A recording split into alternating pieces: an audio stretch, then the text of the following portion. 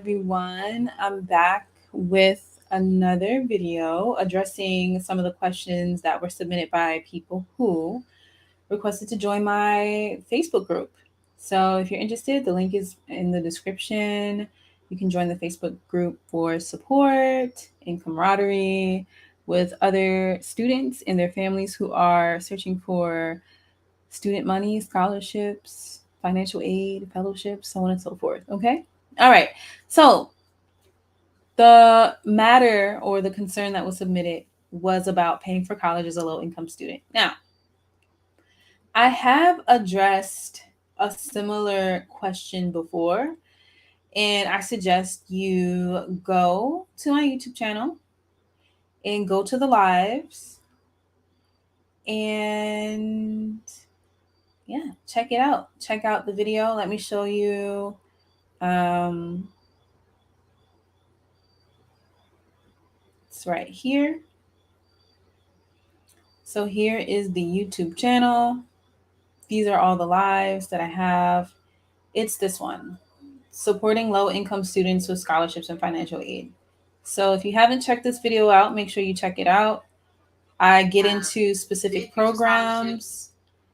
Um, in this video, it's just going to be a more general approach. But in this video titled Supporting Low Income Students with Scholarships and Financial Aid, I get into more specific programs. Okay. So now let's get that out the way and let me tell you some personal details about myself. Okay. So coming up, I was a low income student. My parents rarely ever made over $50,000 a year. I guess you could consider that lower middle class, possibly even working class. My father was a construction worker. There are a lot of programs to support low income students. You know, I don't know how accurate this is, but I have had people in my family who come from, wealthier backgrounds tell me that I was lucky because I was a low income student because I got everything paid for. I mean, I get what they're trying to say. I don't agree 100%, but if you are willing to work hard as a low income student, and I do mean hard, you can get a lot of money. Okay, you can get a lot of scholarships, a lot of student money, a lot of support. But you just won't get that if you're a low income student. Okay,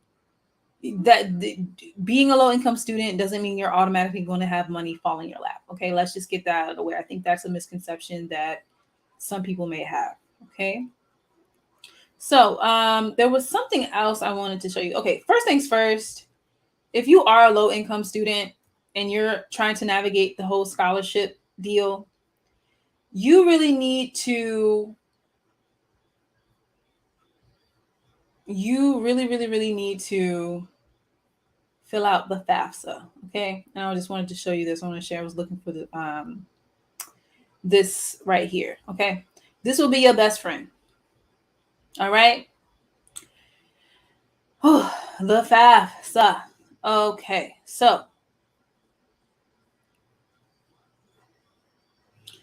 here's the thing. You need cooperation from your parents to fill this out. It was tough for me. Not only not only did I come from a low income family, but it was, somewhat dysfunctional as well. So I had to really get on my parents about filing their tax returns. I had an aunt that did them. I would be the one communicating with my aunt, so they would fill them out so that I could have the documentation to submit for uh, this free application for federal student aid. Okay, that's what FAFSA stands for, the free application for federal student aid.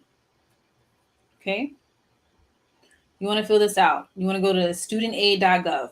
Okay, next thing is Pell Grants. You want to look for Pell Grants. If you are a low income student, you are eligible for Pell Grants. It says here, who is eligible? Federal Pell Grants usually are awarded only to undergraduate students who display exceptional financial need and have not earned a bachelor's, graduate, or professional degree. Okay. That's important to know as well. So it says how to apply right here. You should start by submitting the free application for federal student aid. We just mentioned that. Students use the information on the FAFSA. Oh, schools use the information on the FAFSA form to determine your eligibility for a Pell Grant. Okay. So when you fill out the FAFSA form, you will be automatically considered for the Pell Grant if your family income is below a certain threshold. That's important to know. All right.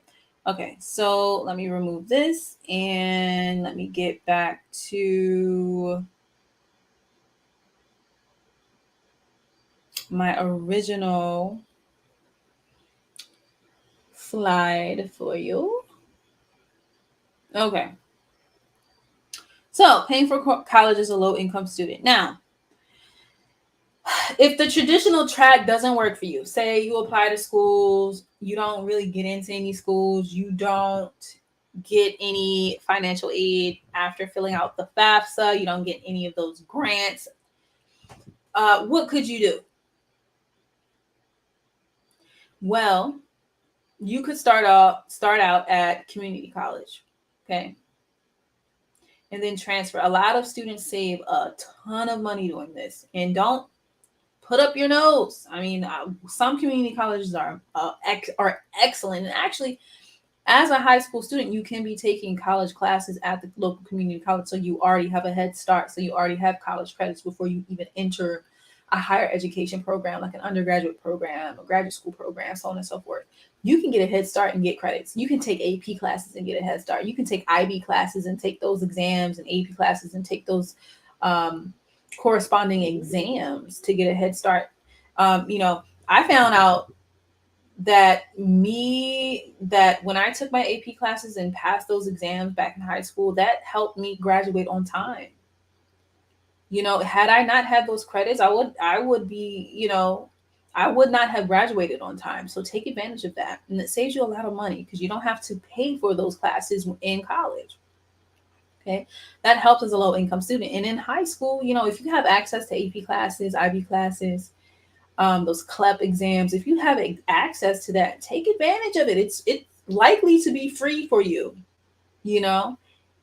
and low income students get waivers to take the SAT too. You can ask for a fee waiver, so you don't have to pay the fees to register for those standardized tests like the ACT, the SAT, AP exams, and so on and so forth. Okay, so I just wanted to come on and make this really quick video to address this concern in this matter.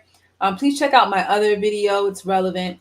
And as always, if you have any questions, please reach out to me. Join the group, join the Facebook group, ask a question, post a question there, post a question here in the comment section, and I look forward to hearing from you and helping you in the future. All right. Have a lovely night, y'all. Goodbye.